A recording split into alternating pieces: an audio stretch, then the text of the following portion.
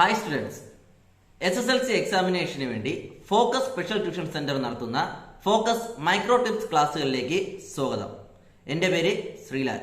ഞാൻ നിങ്ങൾക്കായി chemistry ക്ലാസ്സുകളിലെ important topics tips വഴി നിങ്ങളുടെ മുന്നിലേക്ക് എത്തിക്കുകയാണ് ചെയ്യുന്നത്. ഏറ്റവും എളുപ്പമായ മാർഗത്തിൽ നിങ്ങൾക്ക് പഠിച്ച് സ്കോർ നേടാനാണ് ഞങ്ങൾ നിങ്ങളെ സഹായിക്കുന്നത്. ക്ലാസ്സിലേക്ക് കിടക്കാം. ഓക്കെ, ഞങ്ങൾ ഇന്ന് തുടങ്ങുന്നത് periodic table and electronic configuration എന്ന ചാപ്റ്ററിലാണ് ഇന്നത്തെ ക്ലാസ്. നിങ്ങൾക്ക് കാണാം, ബോർഡിൽ കാണാം periodic table and electronic configuration. നമ്മുടെ കെമിസ്ട്രിയിലെ ഒന്നാമത്തെ ചാപ്റ്ററാണ് periodic table and electronic configuration എന്നുള്ള ചാപ്റ്റർ. അതിലെ മെയിൻ ആയിട്ടുള്ള കുറച്ച് പോയിന്റുകളാണ് നമുക്ക് പഠിക്കാനുള്ളത്. അതിൽ ഫസ്റ്റ് നമുക്ക് അറിയേണ്ടത് main shell and number of ഇലക്ട്രോൺസിനെ പറ്റിയാണ്. എന്താണ് main shell and number of ഇലക്ട്രോൺസിനെ പറ്റിയിട്ടുള്ള കാര്യങ്ങളാണ് നമുക്ക് അറിയേണ്ടത്. Main shell and number of electron നമ്മൾ 9ാം ക്ലാസ്സിൽ പഠിച്ച ടോപ്പിക്കുമായിട്ട് ബേസ് ചെയ്തിട്ടുള്ള ഒരു ചെറിയൊരു കാര്യമാണ് ഇവിടെ പറയുന്നത്. മെയിൻ ഷെല്ല് ഏതൊക്കെയാണെന്ന് ചോദിച്ചാൽ KLMN. ഏതൊക്കെയാണ് മെയിൻ ഷെല്ല്? KLMN എന്നുള്ള 4 മെയിൻ ഷെല്ലുകളാണ് നമുക്ക് പഠിക്കാനുള്ളത്. KLMN എന്നിങ്ങനെ 4 മെയിൻ ഷെല്ലുകളാണ് നമുക്ക് പഠിക്കാനുള്ളത്. ഈ മെയിൻ ഷെല്ലുകളിലെല്ലാം ഇലക്ട്രോൺസ് ഉണ്ട് അല്ലെ? മെയിൻ ഷെല്ലുകളിലെല്ലാം എന്തുകൊണ്ട് ഇലക്ട്രോൺസ് ഉണ്ട്. എത്രയാണെന്ന് നമുക്കൊന്ന് നോക്കിയിട്ട് വരാം. ആ ബോർഡിലുണ്ട്. കെയിൽ ഇരിക്കുന്ന ഇലക്ട്രോൺസിന്റെ എണ്ണം 2 ഇലക്ട്രോൺസ് ആണ്. കെയിൽ എത്ര ഇലക്ട്രോൺസ് ഇരിക്കും? ഇവിടെ 2 ഇലക്ട്രോൺസ് ഇരിക്കും. എല്ലിലിരിക്കുന്ന ഇലക്ട്രോൺസിന്റെ എണ്ണം ചോദിച്ചാൽ 8. എല്ലിലിരിക്കുന്ന ഇലക്ട്രോൺസിന്റെ എണ്ണം 8. എമ്മി ഇരിക്കുന്ന ഇലക്ട്രോൺസിന്റെ എണ്ണം ചോദിച്ചാൽ 18 ആണ്. എന്നിലിരിക്കുന്ന ഇലക്ട്രോൺസിന്റെ എണ്ണം 32. അപ്പൊ കെയിൽ 2, എല്ലിൽ 8, എമ്മിൽ 18, എന്നിൽ 32. അങ്ങനെ തന്നെ അങ്ങ് പഠിച്ചു വെച്ചു. കെയില് 2, എല്ലില് 8, എമ്മില് 18, എന്നില് 32. ഇത് കണ്ടുപിടിക്കാൻ ഒരു ഫോർമുല ഉണ്ട്. ആ ഫോർമുല നിങ്ങൾ പഠിച്ചില്ലെങ്കിലും കുഴപ്പമില്ല. 2n² എന്നുള്ള ഒരു ഫോർമുലയാണ്.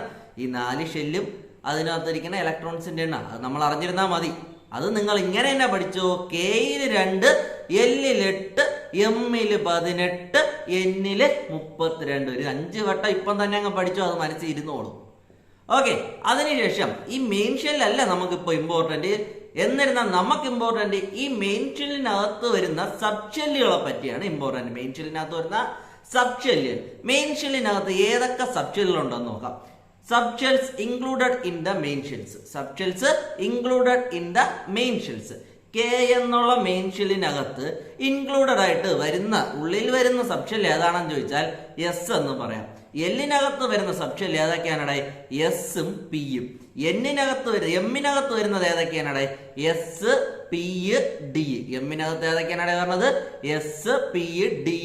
എന്നിനകത്ത് വരുന്നത് എസ്, പി, ഡി, എഫ്. 4 ഷെൽസുകൾ അല്ലെ? എന്നിനകത്ത് വരുന്നതാണ് എസ്, പി, ഡി, എഫ്. നമുക്ക് കെ എന്നുള്ള മെയിൻ ഷെല്ലിനകത്ത് എത്ര സബ്ഷെൽ, ഹൗ മെനി എന്നാണ് ചോദിക്കണമെങ്കിൽ എത്ര എണ്ണം വരുടെ? ഒരെണ്ണേ ഉള്ളൂ. കെക്കകത്ത് എത്രയേ ഉള്ളൂ? ഒരൊറ്റ ഒരു ഷെല്ലേ ഉള്ളൂ. എങ്കിൽ എല്ലിനകത്ത് എത്രയുണ്ടെന്ന് ചോദിച്ചു കഴിഞ്ഞാൽ 2 എണ്ണം ഉണ്ട്. എല്ലിനകത്ത് എത്ര ഉണ്ടടെ? 2 എണ്ണം ഉണ്ട്. എമ്മിനകത്ത് എത്ര ഉണ്ടെന്ന് ചോദിച്ചാൽ അത് 3 എന്ന് പറയാം. അത് എത്രയാണടെ? 3. എന്നിനകത്ത് എത്ര ഉണ്ടെന്ന് ചോദിച്ചാൽ അത് നമുക്ക് എത്രയെന്ന് എഴുതാടെ? 4 ഷെല്ല് എന്ന് എഴുതാം. എത്രയെന്ന് എഴുതാം? 4 ഷെല്ല്. അപ്പം ഏതൊക്കെയാണ് ഈ ഷെല്ലുകൾ എന്ന് ചോദിച്ചു കഴിഞ്ഞാൽ എമ്മിനകത്ത് ഏതൊക്കെ ആയിരിക്കും ഷെല്ലുകൾ? ജസ്റ്റ് ഒന്ന് എല്ലാവരും ഒന്ന് പറഞ്ഞു നോക്കട്ടെ. S, P, D. എന്നിനകത്ത് ഏതൊക്കെ ആയിരിക്കും ഇവിടെ? S, P, D, F. എല്ലിനകത്ത് ഏതൊക്കെ ആയിരിക്കും ഇവിടെ? S, P. കെക്കകത്ത് ആരായിരിക്കും ഇവിടെ? എസ്. നിങ്ങളൊന്ന് റിവേഴ്സ് ഓർഡറിൽ ഇതൊന്ന് പറഞ്ഞു നോക്കട്ടെ. നിങ്ങൾക്ക് എന്ത് ചെയ്താലും അത് മനസ്സിരുന്നോളൂ. എന്നിനകത്തിരിക്കുന്ന ഷെല്ലുകൾ S, P, D, F.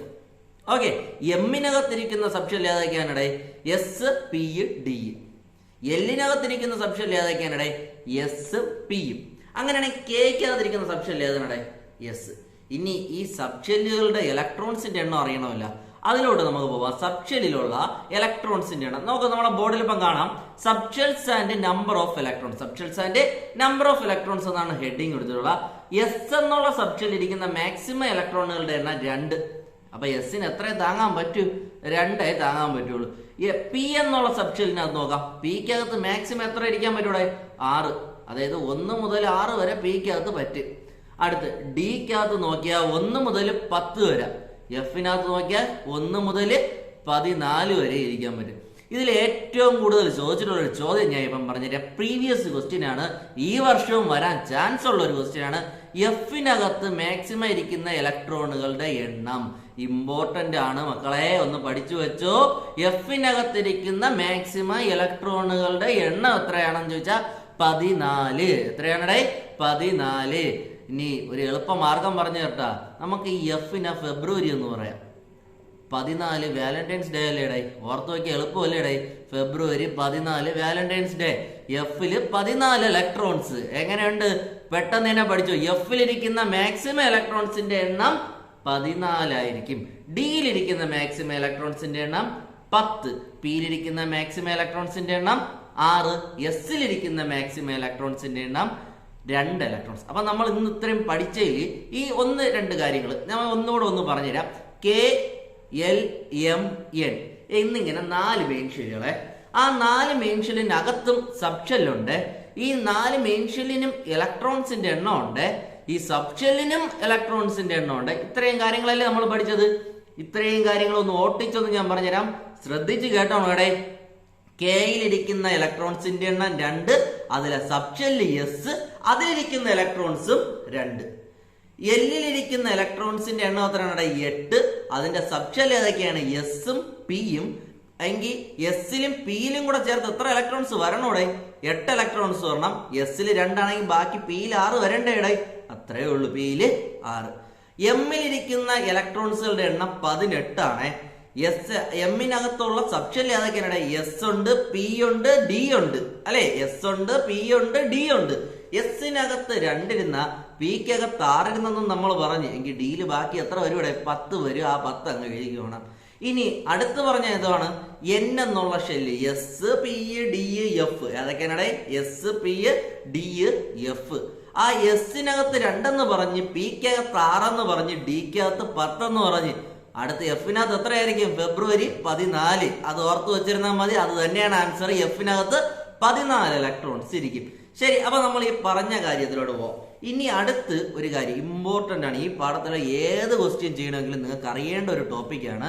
Subshell electronic configuration. ഒരു ഓർഡർ ഉണ്ട്, ഒരു ക്രമമുണ്ട് കേട്ടോ മക്കളെ. ആ ക്രമം ഒന്ന് പഠിച്ചു വെച്ചോണം. 1s 2s 2p 3s 3p 4s 3d. ഏതാണ്? 1s 2s 2p 3s 3p 4s 3d.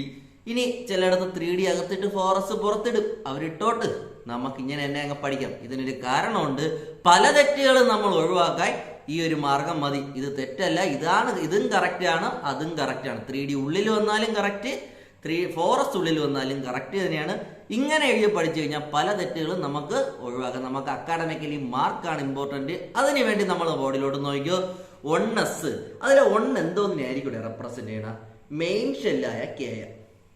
S എന്നുള്ളത് സബ്ഷെല്ല്, കെയിലുള്ള എസ്. അതായത് 1s എന്ന് പറഞ്ഞാൽ കെ എന്നുള്ള സബ്ഷെല്ലിനകത്ത് എസ് എന്നുള്ള, കെ എന്നുള്ള മെയിൻ ഷെല്ലിനകത്ത് എസ് എന്നുള്ള സബ്ഷെല്ല്. 2s എന്ന് പറഞ്ഞാലാണ് എൽ എന്നുള്ള മെയിൻ ഷെല്ലിനകത്ത് എസ് എന്നുള്ള സബ്ഷെല്ല്. 2p എന്ന് പറഞ്ഞാൽ എൽ എന്നുള്ള മെയിൻ ഷെല്ലിനകത്ത് പി എന്നുള്ള സബ്ഷെല്ല്. അതങ്ങനെ പറഞ്ഞു പോവുകയാണ്. ഓക്കെ, അപ്പൊ 1s 2s 2p 3s 3p 4s 3d. Order ഇപ്പോഴെന്നെ അങ്ങ് പഠിച്ചോടെ.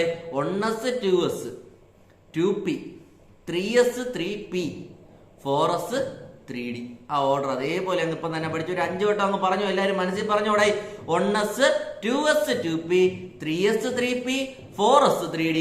ഒന്നുകൂടാ. 1s 2s 2p 3s 3p 4s 3d. ആ ഓർഡർ ക്ലിയർ ആയല്ല? എങ്കിൽ ഈ ഓർഡർ വെച്ച് നമുക്ക് എങ്ങനെയൊക്കെ ഇലക്ട്രോണിക് കോൺഫിഗറേഷൻ എഴുതാമെന്ന് നോക്കാടെ. അതായിരിക്കും ക്വസ്റ്റ്യൻ. ഓർഡർ എഴുതാനൊന്നും പറയില്ല, പക്ഷെ ഓർഡർ ഉൾപ്പെടെ വരുന്ന ഇലക്ട്രോണിക് കോൺഫിഗറേഷൻ എഴുതാൻ പറയും. നോക്കിവിടെ ഒരു 2 എക്സാമ്പിൾ ഞാൻ ഇവിടെ എഴുതിയിട്ടുണ്ട്. ഒന്ന് ആർഗണും ഒന്ന് സിങ്കും. അതാരൊക്കെയാണ്? ആർഗണും സിങ്കും. ആർഗന്റെ അറ്റോമിക് നമ്പർ ഇവിടെ തന്നിട്ടുണ്ട് 18 എന്ന് തന്നിട്ടുണ്ട്. ആർഗന്റെ അറ്റോമിക് നമ്പർ എത്രയാണ്? 18. അതേപോലെ സിങ്കിന്റെ അറ്റോമിക് നമ്പർ 30 തന്നിട്ടുണ്ട്. നമുക്ക് ആർഗന്റെ സബ്ഷെൽ ഇലക്ട്രോണിക് കോൺഫിഗറേഷൻ എഴുതിക്കുന്ന രീതി നോക്കാം. ഇവിടെ 1s 2. ആ മുകളിലുള്ള ഈ 2 ഉണ്ട് ഇവിടെ എല്ലാവരും. ഈ 2 എന്തിനാണ് റെപ്രസെന്റ് ചെയ്യണ? അതായത് ഈ 18 ഇലക്ട്രോൺസില് 2 ഇലക്ട്രോണിനെയാണ് റെപ്രസെന്റ് ചെയ്യണം. അങ്ങനെ തൊട്ടടുത്ത് നോക്കുമ്പോൾ വീണ്ടും 2sന്റെ മുകളിൽ ഒരു 2 ഉണ്ടല്ലോ. അവിടെ 2pയുടെ മുകളിൽ ഒരു 6 ഉണ്ടല്ലോ.